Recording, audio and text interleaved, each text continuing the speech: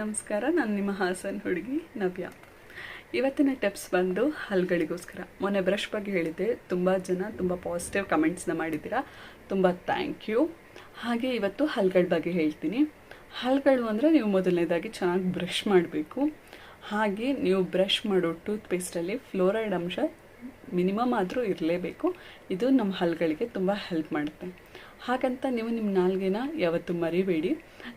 Tongue ಅಷ್ಟೇ ತುಂಬ ನೀಟಾಗಿ ಕ್ಲೀನಾಗಿ ಇಟ್ಕೊಳ್ಳಿ, ಇಲ್ಲಾಂದರೆ ಇದು ನಿಮಗೆ ಹಲ್ಗಳಿಗೆ ಪ್ರಾಬ್ಲಮ್ ಕೊಡುತ್ತೆ. ಹಾಗಂತ ನೀವು ತುಂಬ ಜಾಸ್ತಿ ಪೇಸ್ಟ್ ಹಾಕ್ಕೊಂಡೆಲ್ಲ ಬ್ರಷ್ ಮಾಡಬೇಡಿ. ಒಂದು ಬಟಾಣಿ ಕಾಳಷ್ಟು ಅಷ್ಟೇ ಇರಬೇಕು ಪೇಸ್ಟ್. ಅದಕ್ಕಿಂತ ಜಾಸ್ತಿ ಆದ್ರೂ ಅದು ನಮ್ಮ ಎನಮಲ್ ಲೇಯರ್ಗೆ ಡ್ಯಾಮೇಜ್ ಮಾಡುತ್ತೆ. ಹಾಗೆ ಯಾರಾದರೂ ಸ್ಮೋಕಿಂಗ್ ಮಾಡೋರಿದ್ರೆ ನಿಮಗೆ ಹಲ್ಲು ನೋವುಗಳು ಅಥವಾ ಹಲ್ಲಿನ ತೊಂದರೆ ಬರೋಕ್ಕೆ ತುಂಬ ಈಸಿ ಆಗುತ್ತೆ. So please quit the smoke. ಹಾಗಂತ ನೀವು ತುಂಬ ಬ್ರಷಿಂಗ್ ಜಾಸ್ತಿ ಹೊತ್ತು ಅರ್ಧ ಗಂಟೆ ಅಥವಾ 20 ನಿಮಿಷ ಈ ಥರ ಎಲ್ಲ ಮಾಡಬೇಡಿ. 1.5 to 2.5 ನಿಮಿಷದ ಒಳಗೆ ನಿಮ್ಮ ಬ್ರಷಿಂಗ್ ಏನಿದ್ರು ಇರಬೇಕು. ಅದಕ್ಕಿಂತ ತುಂಬ ಜಾಸ್ತಿ ಆಗಬಾರ್ದು. ಹಾಗೆ ತುಂಬ ಬಿಸಿಯಾದ ನೀರು ಅಥವಾ ತುಂಬ ತಣ್ಣಗಿರುವ ನೀರನ್ನ ಕುಡಿಯೋರು ಅಷ್ಟೇ ನಿಮ್ಮ ಹಲ್ಲುಗಳನ್ನು ಜೋಪಾನವಾಗಿ ನೋಡ್ಕೊಳ್ಳಿ. ಯಾಕೆಂದರೆ ಅದು ಊಟನೇ ಆಗಿರ್ಬೋದು, ನೀರೇ ಆಗಿರ್ಬೋದು, ತುಂಬ ಬಿಸಿ ಅಥವಾ ತುಂಬ ತಣ್ಣಗಿರೋದು ಕುಡಿದಾಗ ನಮ್ಮ ಹಲ್ಲುಗಳಿಗೆ ಸೆನ್ಸಿಟಿವಿಟಿ ಅಫೇರ್ ಆಗುತ್ತೆ. ಓಕೆ, ನೆಕ್ಸ್ಟು ನೀವು ಸಕ್ಕರೆ ಅಂಶ ಆಗಲಿ ಅಥವಾ ಎಸಿಡಿಕ್ ಅಂಶ ಇದ್ದರೆ ಏನಾದ್ರು ತೊಗೊಳ್ತಾ ಇರೋರು ತುಂಬ ಜಾಸ್ತಿನ ತೊಗೊಬೇಡಿ. ತುಂಬ ಜಾಸ್ತಿ ತೊಗೊಂಡ್ರೂ ನಿಮ್ಮ ಹಲ್ಲುಗಳಿಗೆ ಮುಂದೆ ಪ್ರಾಬ್ಲಮ್ ಆಗೋ ಚಾನ್ಸಸ್ ಇರುತ್ತೆ. ಹಾಗೆ ನೀವು ಯೂಸ್ ಮಾಡೋ ಬ್ರಷ್ಗಳು ಸ್ವಲ್ಪ ಸಾಫ್ಟ್ ಬ್ರಷಲ್ಸ್ ಇರಲಿ. ತುಂಬ ಹಾರ್ಡ್ ಇದ್ದರೆ ಗಮ್ಸ್ ಬ್ಲೀಡಿಂಗ್ ಆಗಿ ನಿಮ್ಮ ಹಲ್ಲುಗಳು ತುಂಬ ವೀಕ್ ಆಗುತ್ತೆ. ನೆಕ್ಸ್ಟ್, ನಿಮ್ಮ ಕ್ಯಾಲ್ಶಿಯಂ ಇಂಟೇಕ್ ಏನಾದರೂ ಕಡಿಮೆ ಇದ್ದರೆ ಮಾತ್ರ ನಿಮ್ಮ ಹಲ್ಲುಗಳಿಗೆ ಎಫೆಕ್ಟ್ ಆಗೋದು. ಯಾಕೆಂದರೆ ನಮ್ಮ ಹಲ್ಲುಗಳಿಗೆ ಸ್ಟ್ರಾಂಗ್ ಆಗಿರಬೇಕು ಅಂದರೆ ಕ್ಯಾಲ್ಶಿಯಂ ಚೆನ್ನಾಗಿರಬೇಕು, ಇಲ್ಲಾಂದರೆ ನಮ್ಮ ಹಲ್ಲುಗಳು ತುಂಬ ವೀಕ್ ಆಗುತ್ತೆ. ಸೊ ನೀವು ನಿಮ್ಮ ನಿಯರೆಸ್ಟ್ ಯಾವುದೇ ಡೆಂಟಲ್ ಡಾಕ್ಟರ್ಸ್ ಇದ್ದರೂ ಅವ್ರನ್ನ ಕನ್ಸಲ್ಟ್ ಮಾಡಿ ಒಂದು ಸತಿ ತೋರಿಸ್ಕೊಳ್ಳಿ. ನಿಮಗೆ ಹಲ್ಲುಗಳೇನಾದರೂ ವೀಕ್ ಅಂತ ಅನಿಸಿದರೆ ಸೊ ಕ್ಯಾಲ್ಶಿಯಂ ಟ್ಯಾಬ್ಲೆಟ್ಸ್ ಏನಾದರೂ ಬರೆದ್ರೆ ತಗೊಳ್ಳಿ. ಇದು ನಿಮಗೆ ತುಂಬಾ ಹೆಲ್ಪ್ ಮಾಡುತ್ತೆ.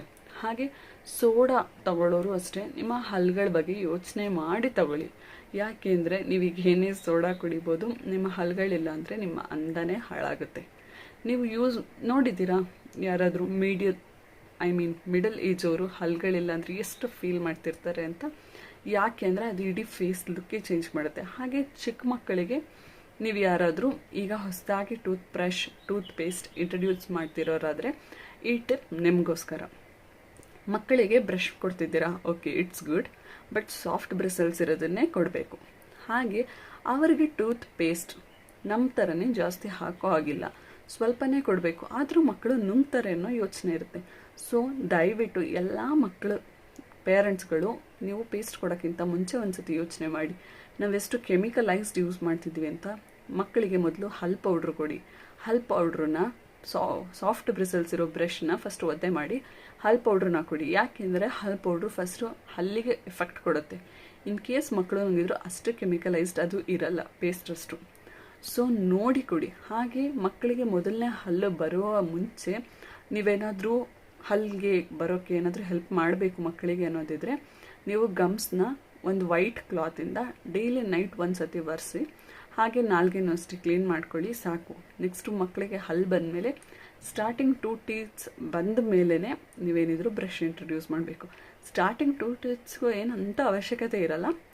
2 ಟೀತ್ಸ್ ಮೇಲೆ 2 ಟೀತ್ಸ್ ಕೆಳಗೆ ಬಂದ ಮೇಲೆ ನೀವು ಶುರು ಮಾಡಿ. ಯಾಕೆಂದರೆ ಫಸ್ಟು 2 ಟೀತ್ಸ್ಗೆ ಅಂಥ ಎಫೆಕ್ಟ್ ಏನೇ ಆಗಿರಲ್ಲ. ಮಾಮೂಲಿ ಏನು ನೀವು ಗಮ್ಸ್ಗೆ ಕೇರ್ ಮಾಡ್ತಿರ್ತೀರ ಅಷ್ಟೇ ಕೇರ್ ಮಾಡಿದರೆ ಸಾಕು. ಓಕೆ, ಹಾಗೆ ನೆಕ್ಸ್ಟ್ ನಿಮಗೆ ಯಾವ ವಿಷಯದ ಬಗ್ಗೆ ಟಿಪ್ಸ್ ಬೇಕು ಅಥವಾ ಯಾವ ವಿಷಯದ ಬಗ್ಗೆ ಮಾತಾಡಬೇಕು ಅಂತ ನಿಮಗೆ ಏನಾದರೂ ಕ್ವೆಶನ್ಸ್ ಇದ್ದರೆ ಏನೇ ಇದ್ದರೂ ನನಗೆ ಕಮೆಂಟ್ ಮಾಡಿ ತಿಳಿಸಿ. ನಾನು ನೆಕ್ಸ್ಟ್ ಅದನ್ನು ಫಾಲೋ ಅಪ್ ಮಾಡ್ತೀನಿ. ಈಗ ಆಲ್ರೆಡಿ ಇನ್ಫರ್ಟಿಲಿಟಿ ಬಗ್ಗೆ ತುಂಬ ಜನ ಕೇಳ್ತಿದ್ದೀರಾ.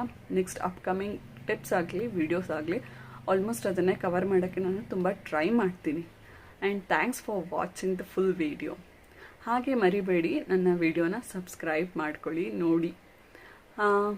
ಬೇರೆ ಏನು, ಹಾಗೆ ಸಬ್ಸ್ಕ್ರೈಬರ್ಸ್ ಇನ್ಕ್ರೀಸ್ ಆಗ್ತಿದ್ದೀರಾ, ತುಂಬ ಖುಷಿ ಆಗ್ತಿದೆ. Thank you so much. Returning viewers ತುಂಬ ಜಾಸ್ತಿ ಆಗಿದ್ದೀರಾ, ತುಂಬ ಖುಷಿ ಆಯಿತು. ಹಾಗೆ ಕೆಲವೊಬ್ರು ಕೇಳ್ತಿದ್ದೀರಾ ಶಾರ್ಟ್ಸಲ್ಲಿರೋದು ಯಾರು ಅಂತ. ಓಕೆ, ಅದು ನನ್ನ ಮಗನೇ, ಬೇರೆ ಯಾರು ಅಲ್ಲ. Is presently 10 months old. Nearby on the October 18th birthday ಇದೆ. So is 10 months old. ನಾನು ಅವನು ಇಟ್ಕೊಂಡು ವೀಡಿಯೋಸ್ನ ಸ್ವಲ್ಪ ಹಾಕ್ತಿರೋದು. ಹಾಗಾಗಿ ಇನ್ ಕೇಸ್ ವೀಡಿಯೋಸ್ ಡಿಲೇ ಆದರೆ ವಿಡಿಯೋನ ಮಿಸ್ ಮಾಡಿಕೊಂಡ್ರೆ ಬೇಜಾರು ಮಾಡ್ಕೊಬೇಡಿ, ಲೇಟ್ ಆದರೂ ಓಕೆ, ನಾನು ವೀಡಿಯೋಸ್ ಅಪ್ಲೋಡ್ ಆಗೇ ಆಗುತ್ತೆ. ಹಾಗೆ ನಿಮ್ಗೆ ಏನೇನು ಡೌಟ್ಸ್ ಹೇಳ್ಕೊಳಕ್ಕಾಗಲ್ಲ ಕಮೆಂಟ್ ಸೆಕ್ಷನಲ್ಲಿ ಏನದಿದ್ರೆ, ನನ್ನ ಫೇಸ್ಬುಕ್ ನೇಮ್ ನವ್ಯ ಸುದೀಪ್, ಹಾಗೆ ಇನ್ಸ್ಟಾಗ್ರಾಮ್ ಐ ಡಿ ಹಾಸನ್ ಹುಡುಗಿ ನವ್ಯ ಅಂತಲೇ ಇದೆ. ನೀವು ಅಲ್ಲಿ ಬಂದು ನನಗೆ DM ಮಾಡ್ಬೋದು, ನಾನು ನಿಮ್ಗೆ ಅಲ್ಲೇ ಕ್ಲಾರಿಟಿ ಕೊಡ್ತೀನಿ, ನಿಮಗೆ ಪ್ರೈವಸಿ ಕೂಡ ಸಿಗುತ್ತೆ. ಇಲ್ಲ ನಾನು ಇಲ್ಲೇ ವಿಷಯ ತಿಳಿಸ್ತೀನಿ ಅನ್ನೋದಿದ್ರೆ ನೀವು ಕಮೆಂಟ್ ಮಾಡಿ, ಮಿಸ್ ಮಾಡಬೇಡಿ. ಸಬ್ಸ್ಕ್ರೈಬ್ ಮಾಡಿ, ಶೇರ್ ಮಾಡಿ, ಕಮೆಂಟ್ ಮಾಡಿ. Thank you.